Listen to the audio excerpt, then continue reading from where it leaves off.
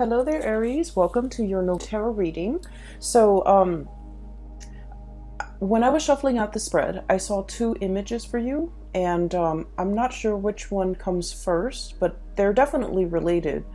So I'm just going to relay those images to you, and then we'll go over the spread, okay? So the first thing that I saw, which was pretty amazing, was you're at a scene at a circus, okay? And there is a big cannon, and this was back in the days where they shoot people out of cannons. And there's this little boy. He looks really, really young, and he had like a superhero cape, a red cape on, and like, a Speedo outfit. And he's getting into the mouth of the cannon. Someone shoots him off, and then he kind of rolls up into a ball, and then he rolls a vast distance, and he lands on a net, and then he stands up, and the crowd cheers. Okay, so that's the first image that I saw. The second image that I saw, and I think it should have gone first, but I saw this monk. He looks like a medieval monk, and you know how back in the days, if you look at images and drawings from the medieval time period, the monks, their heads are bald, but they have like hair that's growing on the side, okay? So he's like a medieval monk in this really dark castle in his study, and it's really dark outside. You can see the moon, and you can see the steeple in the chapel, like outside the window. It's really dark. He's reading, poring over many, many, many books by candlelight.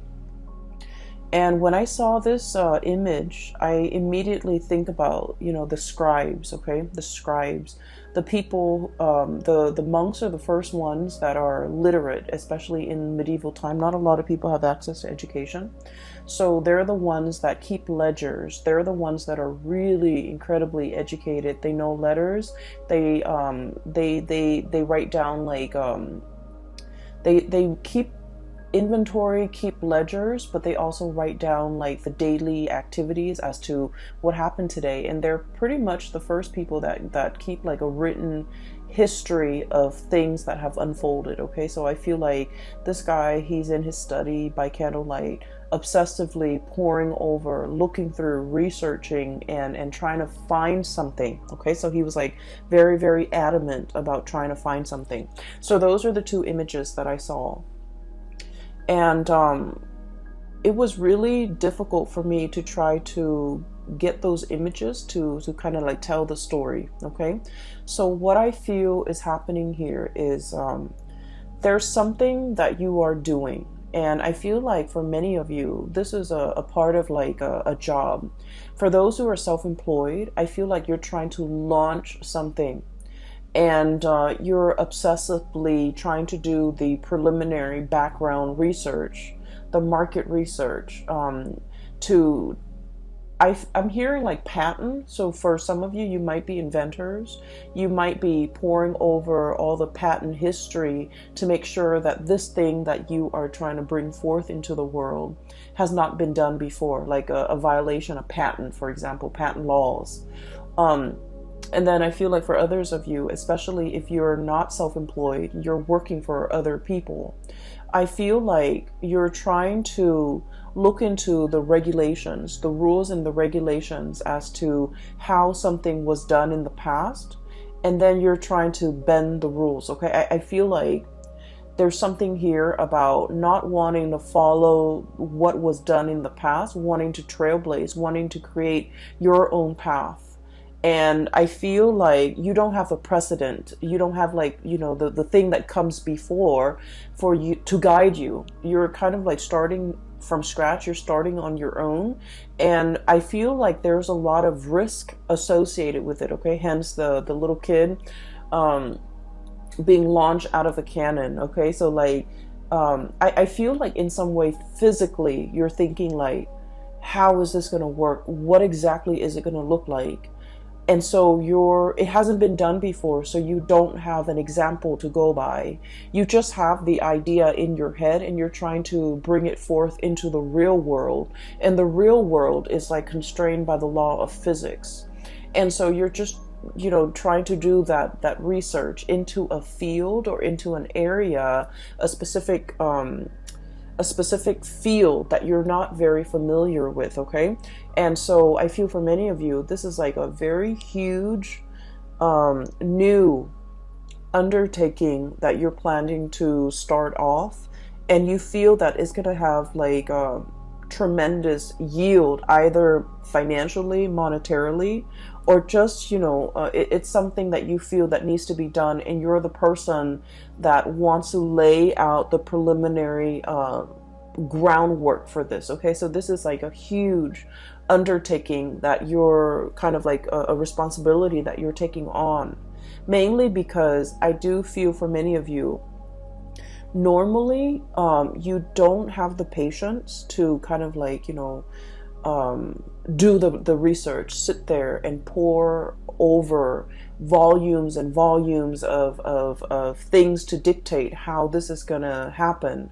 But for some reason, for some of you, you might be personally invested in it, or you might feel like, no, this is the right thing to do. I want to do it right, or I want to do this for somebody. There's like an emotional connection, or like an emotional reason why you want to do it. For others of you, you're like somehow invested in it, where you're just like, no, this is something that needs to be done because it's going to lay the groundwork for what's to come, and I want to lay the groundwork in the direction that I want to see things happen in the future, okay? I do sense we have here the Judgment card and the Justice card, okay? So this deals heavily with legality. The Justice card, this is about weighing out the pros and cons, okay? What is right morally, ethically, versus what is right like internally. And then we have here the Judgment card as well. Light bulb moment, okay? Some major idea that you are trying to bring forth into the world. It's almost like I'm getting a very strong like Aquarian, influence here, where you're like so ahead of your time. You have these ideas swirling in your head, and I feel like you're trying to conceptualize it. You're trying to make sense of it. You're trying to like sort out these creative ideas, put them into little neat boxes so that you can understand exactly what you are trying to work with.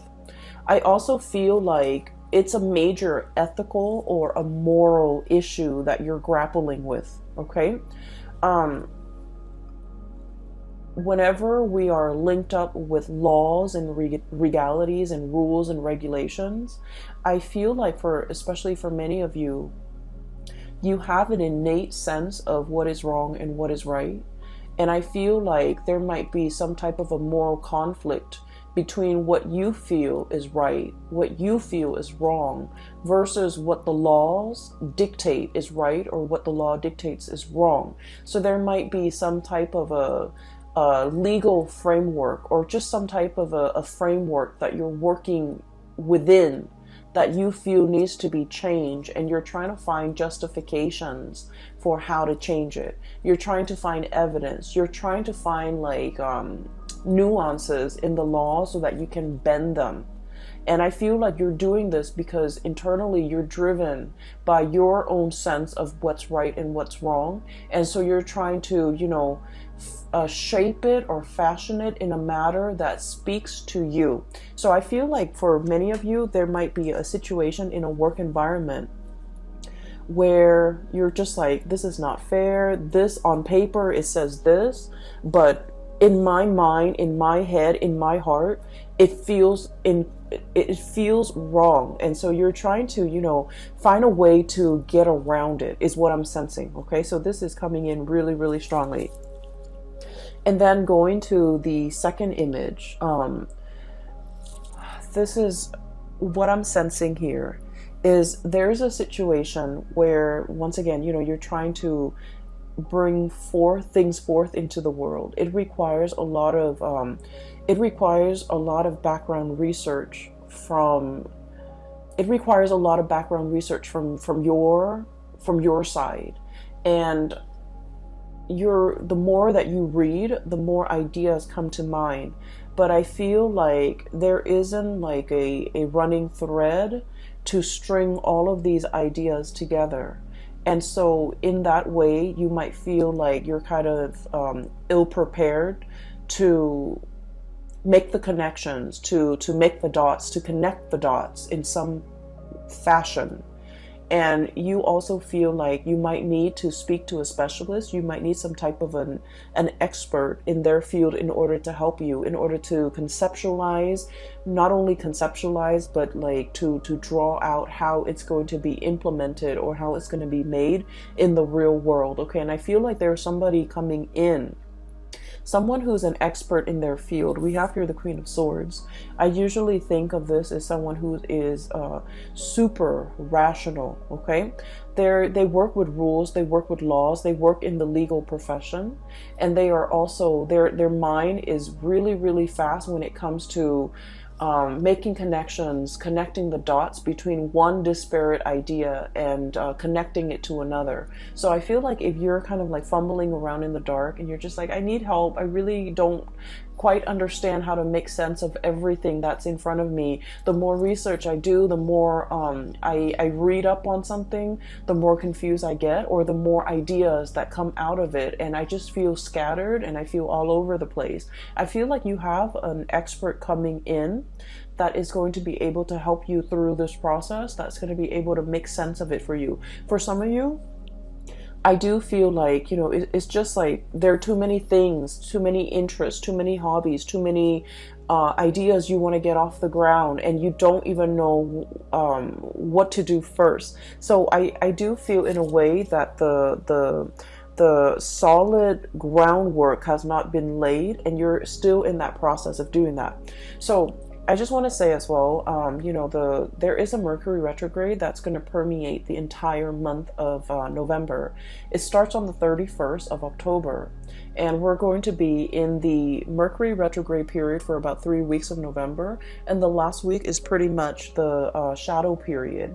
So this is a time to really lay that foundation, lay that groundwork, do the preliminary research, make sure there's no holes in your theories, and make sure that everything is done. And I keep hearing like conceptualize. Make sure that you have a very, very, very solid foundation laid out before you start doing anything. And the time for you to start doing anything should be outside of this Mercury retrograde cycle. So I would say the month of December looks really, really right, especially if we are in the time of Sagittarius, which is a fellow fire sign. You know, when the sun is in Sagittarius, it's going to make a trine to your sign, Aries, and it's going to it's more conducive for, you know, bringing you recognition, bringing you into the limelight, and making sure that your plans and ideas and whatever you're trying to implement is foolproof, because you're going to get a lot of visibility. And so I feel like the month of November is not really the time to draw attention to yourself because of the Mercury retrograde period. It is time for you to kind of lay low, pour things over, understand things, read up on things, do the preliminary research, have all those ideas floating around. You don't need to string them into any type of a coherent thought. You just need to, you know, take them into account, but don't implement anything until the month of December. So I hope that makes sense, because if things are not laid out well and thought about well, and, you know, I want to say, if they're not done well, by the month of December, when the limelight is on you, or when the spotlight is on you, that's when, you know, all the holes in your theories will start to show. Okay, I'm seeing that it's like light streaming through it's almost like a window with curtains, and then light streaming through. If there are holes in the curtains, you're going to start to see those holes cast a shadow, and you're going to start to see the light. So I feel like this is not a time for you to get that limelight. It's going to come in the month of December. Okay, so enough about that. I do want to move on to the cards, because there's something coming through here. First of all, we have here the Eight of Wands and the Eight of Swords, and both of these falling on top of each other. So the Eight of Wands, this is massive amounts of communication. And the Eight of Swords is a situation where we keep ourselves stuck, we keep ourselves bound, and we feel like we don't have all the information that we need in order to move forward, in order to make a decision. So what I feel is happening here is there's a major idea that you have, okay? I feel for many of you, you might be like consultants, you might be experts in your field.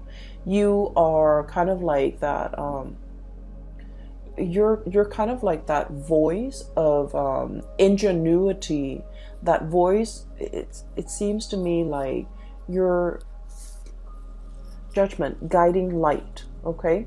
You're providing a lot of swift, short, concise communication to bring people out of a state of confusion, okay? You guys are very like no nonsense, no holds bar. Whatever comes to mind, you say it. Like you rarely have a filter. And I feel like because of this carefree, a lot of people might think it's reckless, but what I feel is it's a childlike innocence. It's sort of like, let's just do it first and then read the instructions later. Okay, let's just rely on our intuition to assemble this thing without having to read the instructions, because we all know, you know, intuitively where things are supposed to go. And you have that kind of like blind faith where you're able to like get things done, push people along, move people along. And I'm sensing, you know, start things off the ground, get things off the ground, get things running, inspiring people, and making, like, not letting people make excuses for why they're not getting things done. So I feel like you're kind of like the voice of, not so much the voice of reason, but like that light in a tunnel to help guide people along, because you're very, very bold and brave and you venture into unknown territories. What I'm sensing here is, there's definitely a situation where you're kind of like guiding somebody. And I feel like there's legality, like legal issues surrounding it. And once again, I mentioned before, you know, the whole sense of legality. What is right, what is written down as, you know, the law of the land, you don't agree with it, okay? You feel like there's something lacking here. It's the law or whatever's written down is very, very self-serving. So you're trying to find a way to bend this situation. And so many of you are kind of like working behind the scenes. Many of you are trying to find loopholes. Many of you are trying to find ways to get around things and to do exactly what you want. Like, I'm sensing finding shortcuts, finding like the quickest point from A to B without having to circumnavigate, you know, like without having to kind of like dodge obstacles left and right. How do we shoot from here to there in the quickest manner? Okay, shooting out of that canyon. And so as a result of it, I feel like you're in a position either to guide people from all the obstacles that are kind of like strewn in their path. You're trying to find the quickest route from A to B to guide others. And you're trying to find as well kind of like the boldest move for you to make. And I feel like you're just going to land on your feet, okay? Like that kid being shot out of the canyon. If you're in a position where you feel like, I don't really know, you feel shaken, or you feel like, I don't really know how to realistically implement this in the real world, I feel that it's going to really take off for you.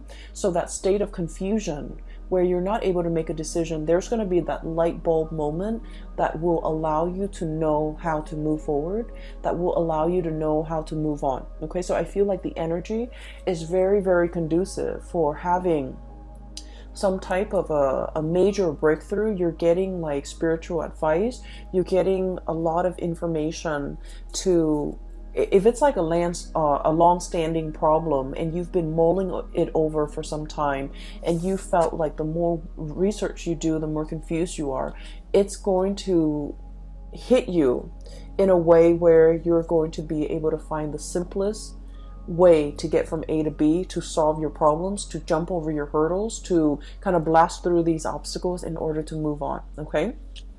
I'm also sensing here a very significant person that's going to be entering your life, okay? We have here the Queen of Swords. So this is air sign, air energy, Aquarius, Gemini, Libra. And what I feel is, for those of you who are dealing with an air sign, or even dealing with somebody who's a little bit more on the icy end, They ask a lot of questions. They try to really understand you. I feel like polar opposites. Okay, so your polar opposite might be Libra, and Libras are kind of like the lawyers of the zodiac. They like to ask questions. They like to see both sides of the story. They like to they ask a lot of questions because as an air sign, they like to know. They like to learn. They like to understand things from with like they like to have like a holistic view of a situation before they form their opinion or make up their mind. And so if you're dealing with someone like that, it doesn't have to be an air sign. It's just they exhibit the energy of someone who asks a lot of questions and they want to understand. You're going to feel a little bit like you're under scrutiny, like you're under a microscope. Like they're judging you, or they're judgmental, or they're trying to poke holes in your theories.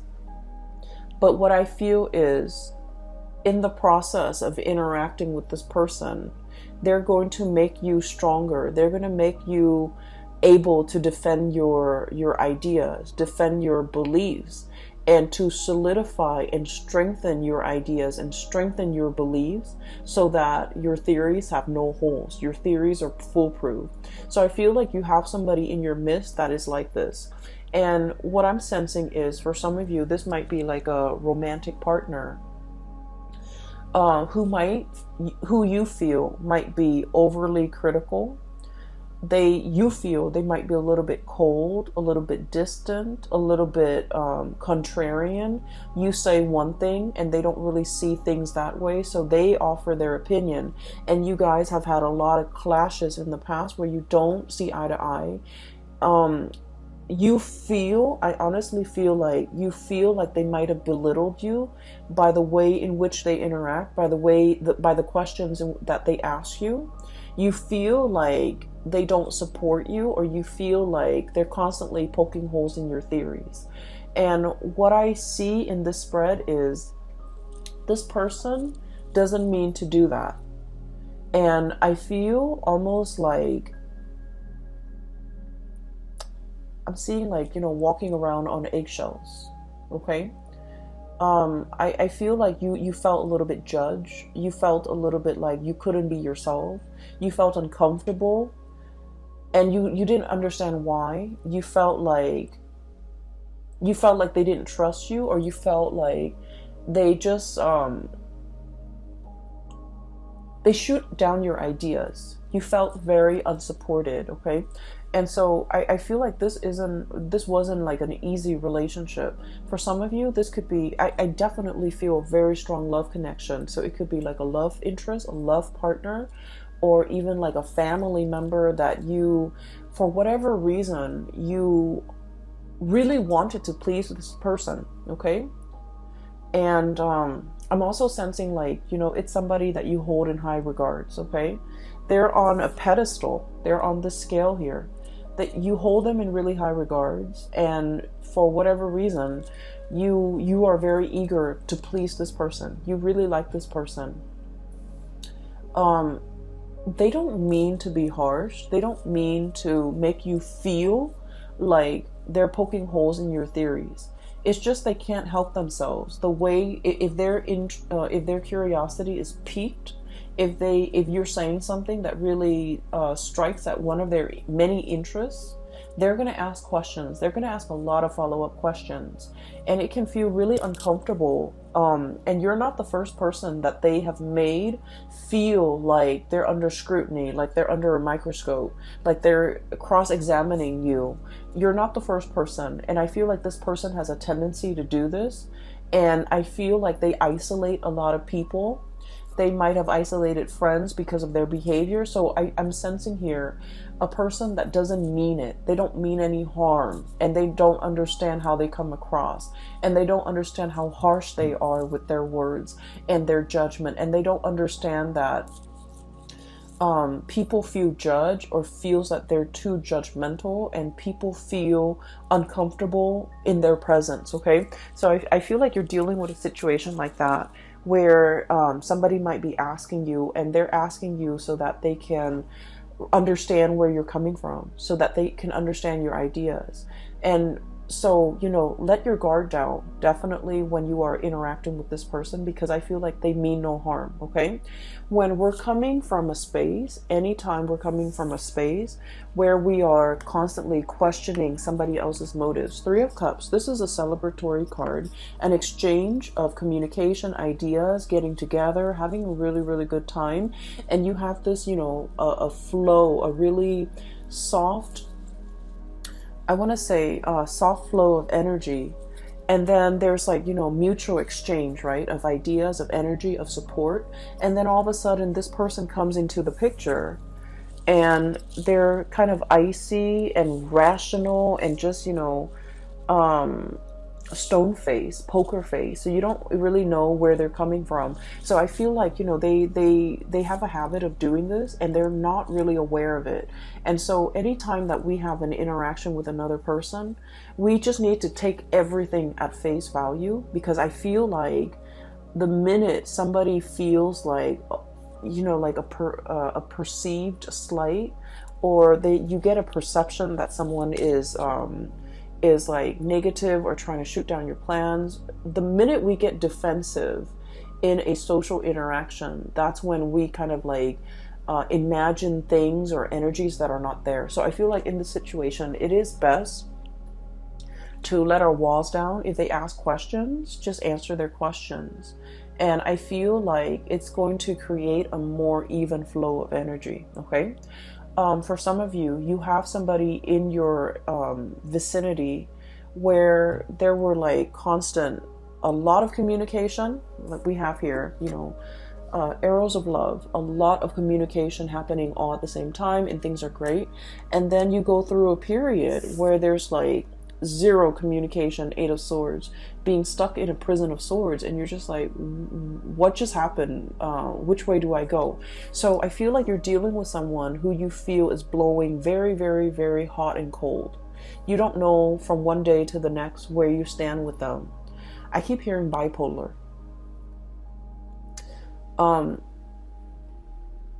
And I'm also hearing as well somebody who's very stuck in their head, and they might have like a gazillion things or a gazillion ideas that they're working on. So they're jumping from the realm of the mind. They're constantly thinking about other things, okay? So it's not that they don't have time for you, or it's not that, you know, they're... I feel like they're very, very busy, and I know that sounds terrible. There's no excuse. You know, if you really want to make something happen, if you really want to reach out, if you want to prioritize a communication or a specific person in your life, being busy is no excuse. We find time for things and for people that matter. But I feel like there's like periods of like a lot of heavy communication with this person, and then you go through a drought, and then they come back, and then there's a lot of heavy communication. And you're just never sure where you stand with this person. And you're frustrated, and I feel like you're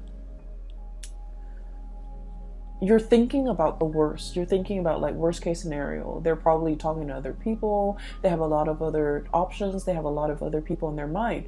And I feel for many of you, you might retaliate by, you know, going out a lot, you know, trying to meet other people. And so when you're going through that period of drought and there's no communication from the other person, you are waiting on the communication. But at the same time, you're just like, you know, I do see like a retaliation where if there's no communication, you draw your attention elsewhere. And so I just feel like the other person has a lot of things on their plate. And once again, I'm not saying like it's an excuse, but I do feel like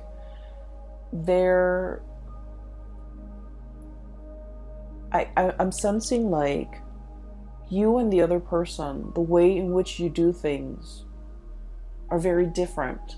And so there's lack of understanding from your end to their end, where they're coming from, why they're like this. And then from their end to your end, there's lack of understanding why you need certain things. You might need a lot of communication, and I feel like they need a lot of downtime. Does that make sense? So I feel like that's you're like polar opposites, and the way in which you need others, the way in which you express love, the way in which you express concern, and you know, The ways in which you show affection is very, very different. You might need that entangled, constant communication, a lot of validation. They need a lot of distance and alone time and downtime, okay? If the connection is there, in their mind, it's already there. We don't need to, reinvent the wheel. We just need to have separate lives. So I definitely feel like one person needs a lot of intimacy and reassurance and attention. And then the other person needs a lot of me time, a lot of downtime, a lot of space. And there's a potential here for the two of you to kind of like bridge this divide and to be able to kind of understand where the other person's coming from. I don't see like a situation where there's like, from their end, I don't see that they're dating other people, running around with other people and things like that. I do feel like you might have thought that, but I don't see it from their end. But I do sense that they're wondering as well, the times in which you guys are not communicating. What are you up to? Are you out there dating other people with this Three of Cups? Like getting to know other people, trying to, forget them? And then we also have here the Nine of Cups, being comfortable and happy and satiated on your own, not needing them and, living your life. So I feel like there's a potential here for like a lot of misunderstanding between you and another person. If that has been the case in the past, there's a coming together, a reckoning, communication, things being revived, okay? And then I also feel they're coming back in, wanting to communicate. Queen of Swords, Nine of Cups, wanting to communicate, wanting to, understand where you're at. And the blue color is coming out very strongly here, which in the blue eyes and the blue color, I do feel like you want them to see, okay? You want them to see that you're okay without them, that you're happy without them. But once again, I feel like this person means a lot to you and you want that validation from them. You want to see. So if this has been somebody that has kind of like left you high and dry in the past, I feel like a part of you really wants to show them, really wants them to see that you're okay, you're happy, you're dating, your social life is really thriving and taking off, or your dating life is really thriving and taking off. Like you want to see. Some of you might be posting on social media, posting like, that you're out and about, you're having a good time, you're enjoying the single life, if this is an ex. And then I definitely feel like, they're thinking about you. They're trying to access you, access the photos, access the information. They're definitely physically seeing to make sense of it. Okay, so I do see a tit for tat retaliatory type of an energy here where you want somebody to see that you're doing well, that you're doing fine, that you're happy. But once again, it still points me to the fact that you are wanting some type of validation from this person, okay?